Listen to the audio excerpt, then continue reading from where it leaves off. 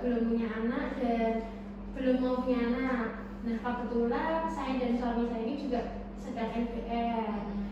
Nah tadi malam itu karena saya dan suami saya habis berhubungan, itu saya khawatir bidan karena kondom yang digunakan suami saya itu bocor. Iya, belum mau punya anak ya, Iya. khawatir terjadi kehamilan. Baik.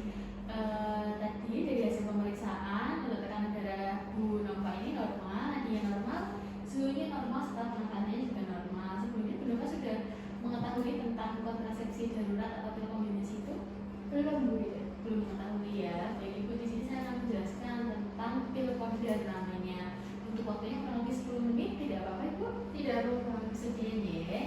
Baik Ibu, untuk kontrasepsi darurat ini merupakan kontrasepsi yang dapat membantu mencegah kehamilan jika digunakan sesudah berhubungan yang tidak terlindungi dengan antikontrasepsi. Di mana untuk macam-macamnya ini ada namanya kontrasepsi darurat mikroginon dengan kandungan 50 serta 30 mikrogram.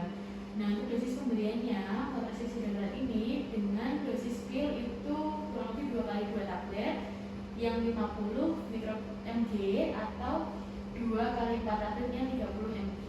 Nah, untuk waktu pemberiannya bisa diberikan dengan dosis pil paling tinggi, diberikan dalam batas waktu 3 hari setelah senggama dengan pemberian dosis yang kedua yaitu 12 jam setelah dosis pertama. Nah, untuk efeknya dari pil kondar ini sendiri dengan dosis tinggi itu sangat efektif, kegagalannya mencapai hanya 3%.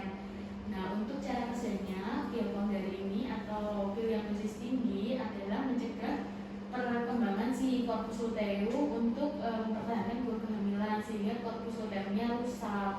Nah, terus untuk manfaatnya yaitu dengan pil yang dosis tinggi itu sangat efektif mencegah kehamilan bagi pasangan yang tidak teratur dalam mengkonsumsi pil KB gitu atau yang tidak sedang ber-KB, sehingga